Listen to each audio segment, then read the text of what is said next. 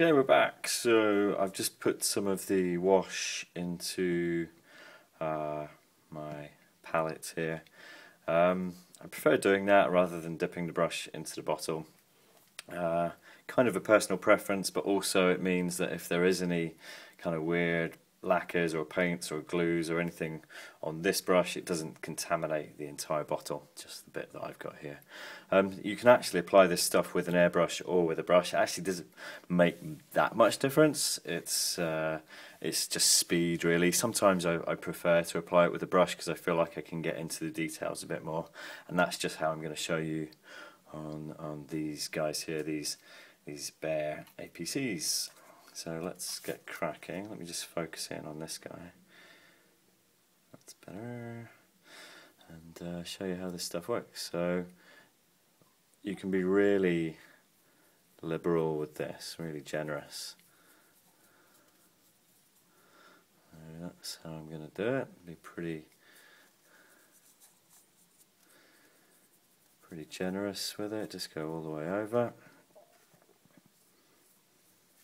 Now I'm using the dark dirt wash here, which for most jobs I find is the right one. I don't want to necessarily go too dark, but if I wanted more contrast, then I might do with these models, I would maybe go in either with pure black wash by the same company, or I might just add black to this mix, and that would just darken this up and just give me a little bit more contrast. And if there's anything we want with these, especially with these little models, it's contrast. It really helps bring them out.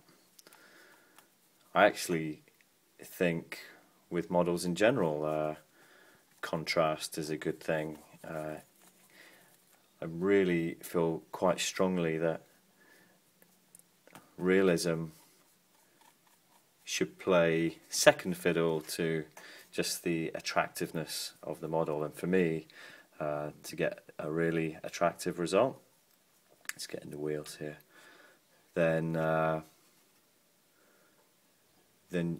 you're talking about contrast, you're talking about bringing out detail. Otherwise, what's the point of having the detail there? Okay, so this is actually a little bit lighter than I thought it would be. I had another bottle of dark dirt which has lasted me quite a long time, and that I thought was just a bit darker than this, but we'll see what this does. So what I'm going to do now, I've done all of these guys, you can see that that's really quick. I've put the model all the wash all the way through, and you can see already it's starting to bring out all of that detail, but the magic really is in the next step. So I'm going to let these dry off.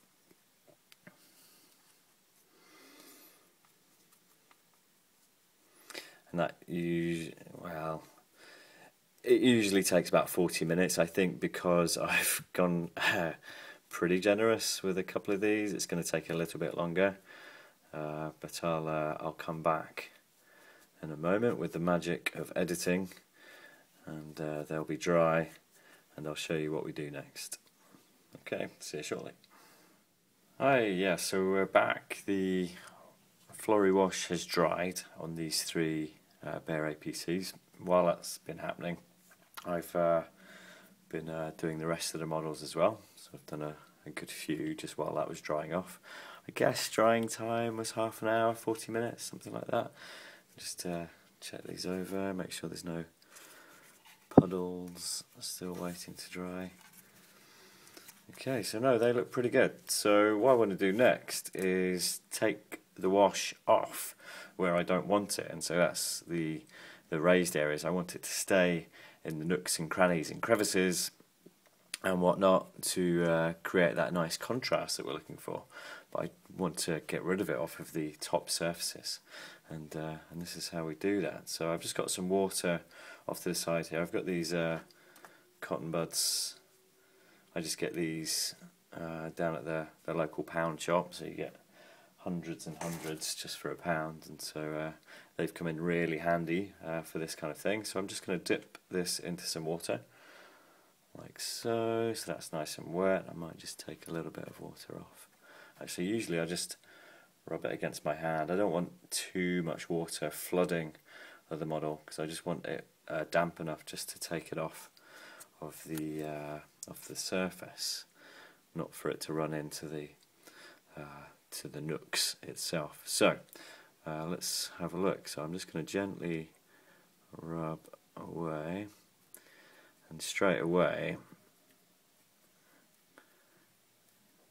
the paintwork is revealed again, and so I'm just taking this off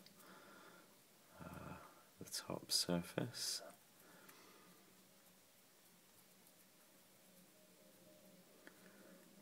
What's great about this is that you control how much you leave, and so from a weathering perspective, this is just great stuff.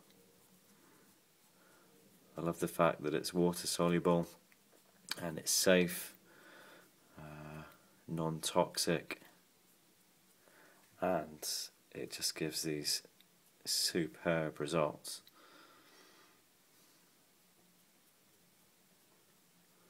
I think you can see there. I hope you can see.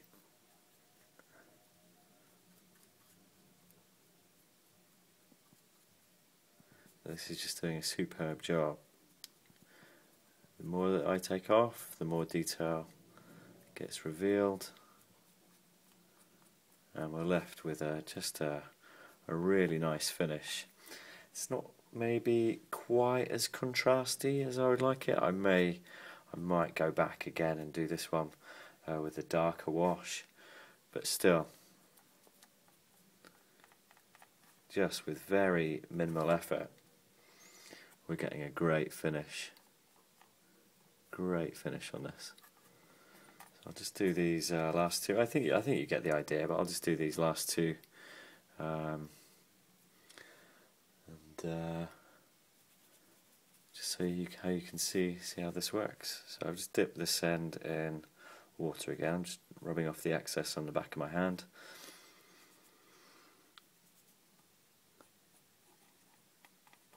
There we go. Again, just to go back to before this stage where I put the gloss coat on. By gloss coat I mean this gloss varnish. What I actually did was mix a bit of gloss and satin together. Doesn't really make any difference, but the glossier the finish, the easier this wash is to take off. If I was to go in with a matte varnish, then I'd be doing just a little bit more work just to take off the wash. But it can be useful sometimes to do that if you're looking for a kind of a dirtier finish, a more weathered finish.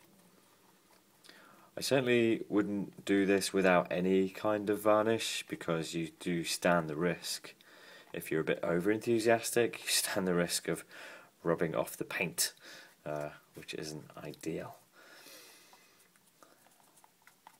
Yeah, that's coming out really nice. I'm really happy with that. Let's take another cotton bud here. It's a given, I think that I'm putting these cotton buds into clean water. Don't put them into water that you've been using for painting or anything like that. Oh yeah, that's really good, really good. Very happy with that. So I've got a bit more work to do. I'm just going to do very quickly this last one, but I think you guys get the idea. Let's take the excess off.